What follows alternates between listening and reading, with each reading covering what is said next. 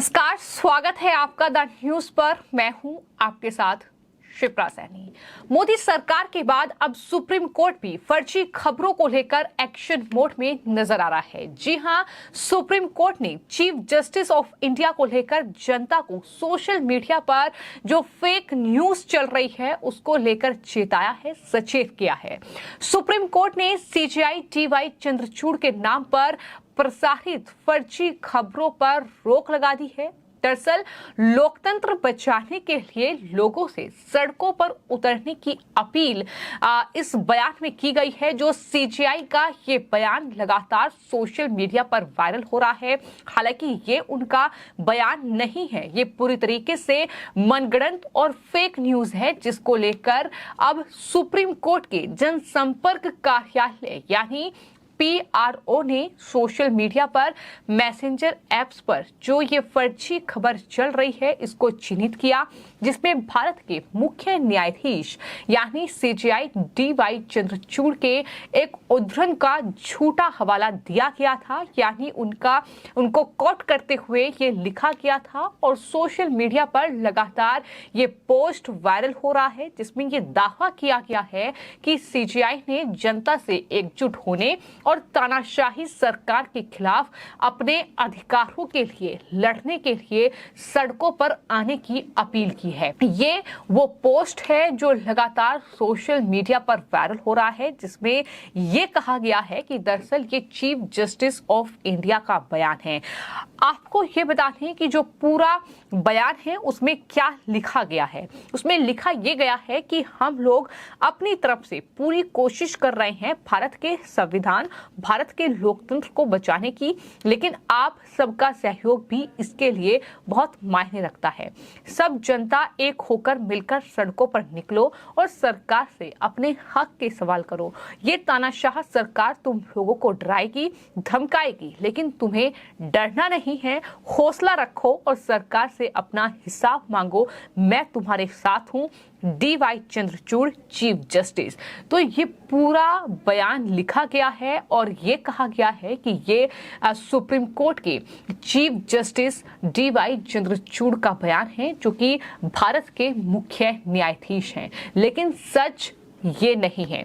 DY Chandrachud जो कि chief justice of India हैं, उनकी तरफ से कोई भी ऐसा बयान नहीं दिया गया है। ये जाहिर तौर पर फर्जी और भ्रामक कहीं ना कहीं पोस्ट है जो लगातार सोशल मीडिया पर फैलाकर एक माहौल सरकार के खिलाफ बनाने की, ताकि कॉलेजियम सिस्टम को लेकर जो बवाल पहले ही चल रहा है अब उसको लेकर सुप्रीम कोर्ट और सरकार के बीच और ज्यादा बवाल हो या लोगों के बीच ये गलत जानकारी जाए। जाहिर तौर पर इस मकसद से ही ये तमाम चीजें शुरू की गई होंगी। लेकिन अब मैं आपको ये बता दूं कि सुप्रीम कोर्ट के PRO ने एक प्रेस नोट जारी किया है, जिसमें ये कहा है कि सोशल मीडिया पोस्ट फर्जी, गलत इरादे और शरारतपूर्ण तरीके से तैयार किया गया है। इसे CJI या उनके द्वारा अधिकृत किसी व्यक्ति द्वारा जारी नहीं किया गया है। ये सुप्रीम कोर्ट की ओर से स्पष्ट किया गया है। इस नोट में ये भी स्पष्ट किया गया है कि भारत के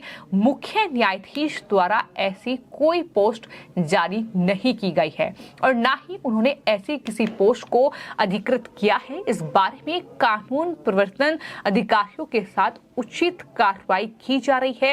ये बड़ी बात उनकी तरफ से कही गई है। यानी इस पूरे मामले को लेकर अब जाहिर तौर पर सुप्रीम कोर्ट की जो तमाम कानूनी तौर पर जिनको समझ है वो अधिकारी इस पूरे मामले पर एक्शन लेंगे। लेकिन आपको याद होगा कि हाल ही में हमने आपको एक खबर बताई थी। खबर ये थी कि मोदी सरकार अब फेक न्यूज को लेकर एक्शन मोड में है और अभी मॉनसून का जब सत्र चल रहा था तो लोकसभा में भारतीय न्याय संहिता विधेयक 2023 जो था वो केंद्रीय गृह मंत्री अमित शाह ने पेश किया था। हालांकि इस विधेयक को समीक्षा के लिए स्थायी समिति को भेज दिया गया था, लेकिन इस विधेयक में जो प्रावधान है उसमें यह है कि जो भी फेक न्यूज फैलाएगा या इस तरीके का षड्यंत्र रचाएगा तो जाहिर तौर पर उस पर एक्शन होगा और जो प्रावधान है वो ये है कि 3 साल की जेल की सजा हो सकती है और कई हजार रुपए का जुर्माना भी उस शख्स पर लग सकता है जो इस तरह की फर्जी खबरें सोशल मीडिया पर फैलाएगा। तो जाहिर तौर पर उस लिहाज से अगर देखा जाए तो कहीं ना कहीं ये काफी महत्वपूर्ण है समझना तो कि किस तरीके से सरकार एक तरफ फेक न्यूज को लेकर एक्शन मोड में है। सख्त रुख सरकार ने अपनाया है जाहिर तौर पर, क्योंकि फेक न्यूज जिस तरीके से भारत में हिंसा की एक बड़ी वजह बनती है, दंगे, इसके अलावा कहीं ना कहीं लोगों के बीच मतभेद और कहीं ना कहीं सांप्रदायिक माहौल बिगाड़ने की जो कोशिश इन तमाम फेक न्यूज के जरिए होती है, यही वजह है कि सरकार ये विधेयक लेकर आई। फिलहाल आपको ये बता दें कि इस विधेयक को समीक्षा के लिए भेजा गया है। आने वाले वक्त में ये कानून बन जाएगा और जाहिर तौर पर इस तरीके से एक्शन देखने को मिलेगा।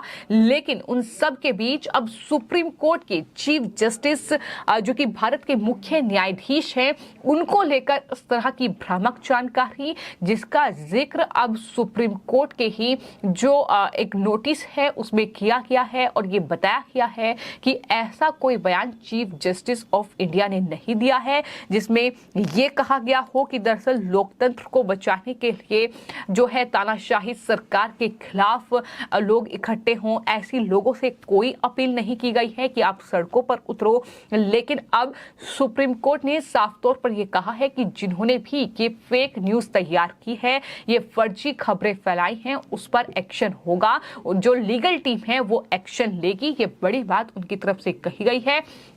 लेकिन ऐसे लोगों पर कहीं ना कहीं शिकंजा कसना बहुत जरूरी है और यही वजह है कि हम लगातार आपको ये खबर बता रहे हैं कि सरकार की तरफ से कहीं ना कहीं फेक न्यूज को लेकर अब सख्त रुख अपनाया गया है, जहां पर ये विधेयक सरकार लेकर आई है जिसमें ये प्रावधान है कि अगर आपने फेक न्यूज फैलाई या फिर इस तरह की भ्रामक जानकारी जो है वो दी, चाहे फिर वो बयान के जरिए हो, सोशल मीडिया के जरिए हो, आप पर एक्शन होगा, कार्रवाई होगी और 3 साल तक की सजा हो सकती है। इसके अलावा जुर्माने का भी प्रावधान जो है वो कहीं ना कहीं है। तो जाहिर तौर पर ये अपने आप में सरकार का एक बड़ा कदम है। लेकिन इसी के बीच जो सोशल मीडिया पर मुख्य न्यायाधीश जो हैं भारत के DY चंद्रचूड़, उनको लेकर जिस तरह की ये खबरें फैलाई जा रही हैं जो कि पूरी तरीके से फेक हैं और मनगढ़ंत हैं, इसको लेकर साफ तौर पर सुप्रीम कोर्ट ने इस पर रोक लगाई है और जनता को भी चेताया है कि इस तरह की फेक न्यूज जो है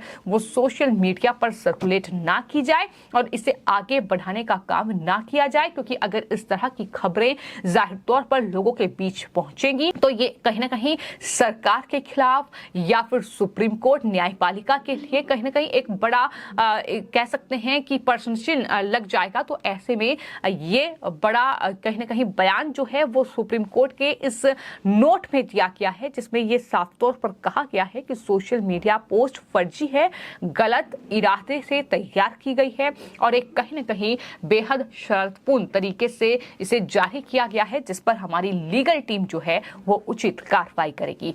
फिलहाल आपकी इस पूरे मामले पर क्या राय है हमें कमेंट बॉक्स में जरूर लिखें और चैनल को सब्सक्राइब करें। धन्यवाद।